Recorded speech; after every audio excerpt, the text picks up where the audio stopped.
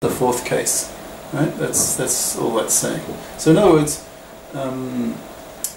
the first three anti-symmetric wave functions, they vanish due to the symmetry of the ground state eigenfunctions. So the U1, U2, U2, U1, they cancel in the first three cases, and you're just left with the singular case, the fourth anti-symmetric wave function, right? So, and that happens. You know, so the Pauli exclusion principle requires, you know, the ground state is to be the singlet, right? Even though the triplet could give you a lower energy, that's corresponding to the E1 case here, but because of the exclusion principle, not allowed. Okay? Even though hypothetically you could have a lower energy, but exclusion principle forbids it. So that ground state has to be for the helium atom has to be a singlet. All right, new topic to some extent. Remember this this whole chapter is about approximation methods. You know, it's rather unusual in quantum mechanics that you have problems that allow you to get exact solutions. That's unusual. So you need approximation methods, and this chapter introduces two main ones. One is the perturbation theory, and the second one is this one, the so-called variational method. Now, again, seems to happen quite often actually, a new topic just at the end of the board, and not just a session but the board, like 4 sessions. So I only have a few lines to sort of give you a foretaste of what's coming. Now, so the 3 main sections of this chapter, one was on perturbation theory, second was applications of perturbation theory, so we just sort of finished, you know, here, giving 4 examples, 4 applications. And now we start on the second main method, the approximation method, called the variational method. Now, what is it? Now, you know, just sort of scratching the surface a little bit, just to give you a taste. But probably next 1, perhaps 2 sessions, finish off this and hence the chapter, and that would be the second last chapter of the text. Right? So the variational method, it's a very simple way. You'll see it's quite easy. So not too much ICBST, you know, having things thrown at you like, like here and so on. The incidence, the frequency of that occurring is increasing. I suppose you've noticed. Personally, I get rather frustrated when something's just thrown at me and I'm just told to accept it. I like knowing where things come from. A lot of you are probably much the same. Anyway, so in this technique that you'll see soon, you know, next session, we actually do the math. It's a fairly simple way to approximate energy eigenvalues. Right? So you're solving for an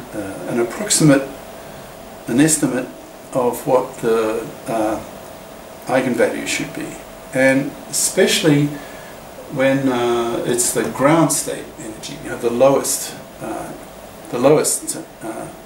eigenvalue energy, the lowest energy. Okay. And just one other little comment here. The level, you know, the quality of the prediction, of the estimation, depends on how good your guess, because it's a guess, of your ground state wave function.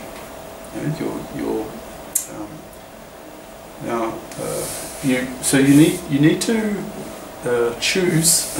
You need to make a good guess at what you think is a probable ground state eigenfunction that you plug into a certain formula, and you turn the handle and you crank out an estimate for the ground state energy, right? The eigenfunction, sorry, the eigenvalue that corresponds to this guessed good guess eigenfunction. Right? Now, so this is what the text says. Now this part is me, because in pure math, when you have a trial function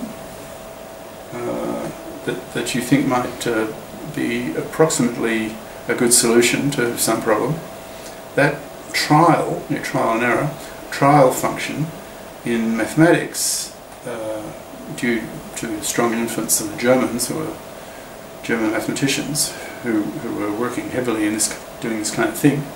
The German word is Ansatz, and it gets used by English-speaking mathematicians, so it gets used all over the world. But originally a German word.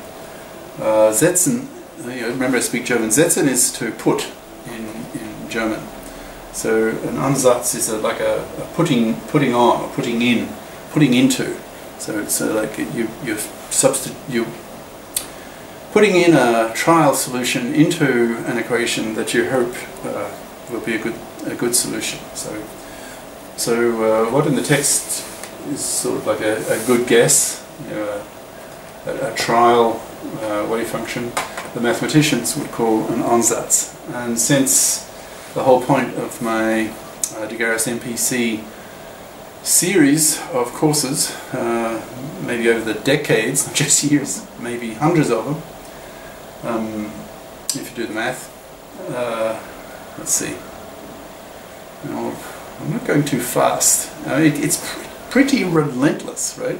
Filling up this board almost every day, and then filming it, and then processing it, and then uploading it to YouTube. It's pretty relentless.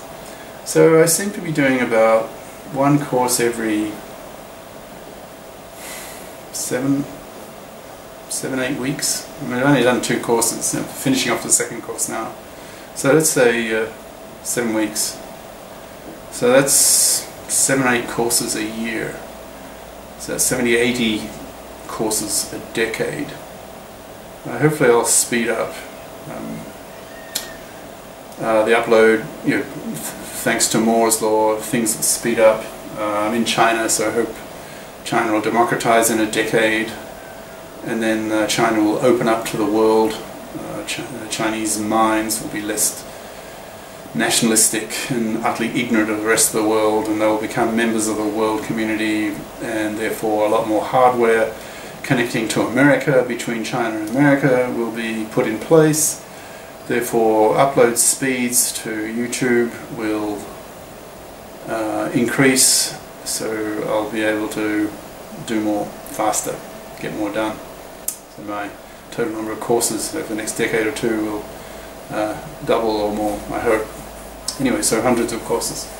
Anyway, so deGarisMPC is to try to, one of the many goals is to get you guys to become as fluent in pure mathematics as in mathematical physics. So I mix the terminologies from pure math and math physics. So this idea of a trial solution in pure math would just be called an Ansatz. Okay? Trial solution. Okay.